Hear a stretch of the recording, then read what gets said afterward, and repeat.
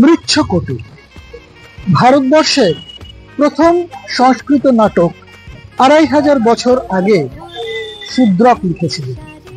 আজ ২৫০০ বছর পরে নিউ টাউন সর্বজনীন দুর্গোৎসব কমিটি তাদের থিম করেছে। ভাবা যায়, বুদ্ধ যুগের একটি বিখ্যাত নাটক ২৫০০ বছর পরে ভারতবর্ষের দুর্গাপুজোর থিম। আসুন আমরা একবার ঘুরে দেখি থিমটা কিরকম। আমরা প্রথমে দেখতে পাচ্ছি একটা প্যাগোডা টাইপের, তৎকালীন প্রাচীন নাট্যশালার মতো তৈরি করা হয়েছে এবং তাতে ফ্লোরা ফনা দিয়ে সুন্দরভাবে ডিজাইন করা হয়েছে। আগেকার দিনে যেরকম ভাবে নাটকের জায়গাগুলো থাকতো সেই রকম। ইন্ডিয়ান স্টাইল অফ পেন্টিং এ প্রত্যেকটা নাটকের মুহূর্ত সুন্দর করে ফুটিয়ে তোলা হয়েছে এখানে। আসুন আমরা আরো এগোই, তাহলে আরো দেখতে পাবো। সেই সময়কার একটি নগরের ডেপিকশন তৈরি করা রয়েছে এই জায়গাটাতে।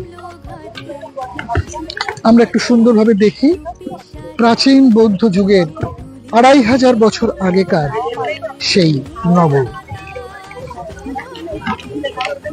আর একটু এগিয়ে যাই, এই নটশালা যেখানে নাটক হতো সম্পূর্ণ খড় এবং রং দিয়ে তৈরি হয়েছে। আরো এগিয়ে গেলে দেখতে পাবো নাটকের বিভিন্ন মুহূর্ত সেখানে মুদ্রিত করেছেন আমাদের শিল্পীরা।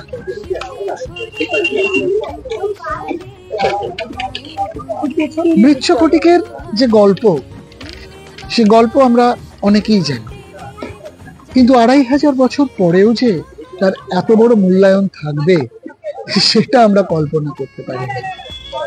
গেটেও দেখুন কত সুন্দর করে ডেপিকশন করা রয়েছে এই একটি পাখা। এই পাখাটি ব্যবহার হতো রাজা রাজরাদের সিংহাসনের উপর। আমরা এখানে দেখতে পাবো একটি সুন্দর মুদ্রিত করা চিত্র রয়েছে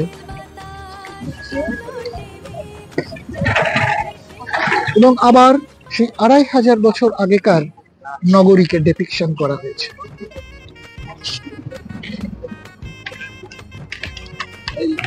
নিউ টাউন সার্বজনীন দুর্গোৎসব কমিটি তাদের প্যান্ডালকে ২০২৪-এ রাখেনি, নিয়ে গেছে ২৫০০ বছর আগেকার সেই বুদ্ধিস্ট নগরীতে। একবার আসুন, এলেই বুঝতে পারবেন যে আপনি আর প্রেজেন্ট দুনিয়াতে নেই, আপনি চলে গেছেন সেই ২৫০০ বছর আগেকার কোনো এক বুদ্ধ যুগের নটশালার মধ্যে। হয়তো এক্ষুনি আপনার কাছে কোনো নগর নন্দিনী এসে বলবে, কেমন আছেন?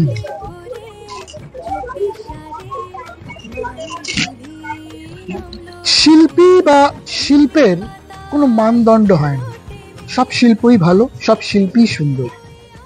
কিন্তু ২৫০০ বছর আগেকার একটি নাটক শূদ্রকের লেখা যখন ২০২৪-এ দুর্গাপুজো থিম হয়ে ওঠে, সেই ক্রিয়েটিভিটির তো সম্মান করতেই হয়। নিউ টাউন সার্বজনীন দুর্গোৎসব কমিটি ২০২৪-এ সেই কাজটি করেছিল।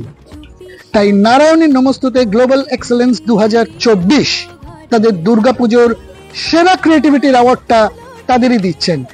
আসুন, অ্যাওয়ার্ড তুলে দিচ্ছেন মিঠু চ্যাটার্জি এবং উদয় দা। আপনার সার্টিফিকেটে এটা আপনাদের জন্য বেস্ট এটা ক্রিয়েটিভ অ্যাওয়ার্ড।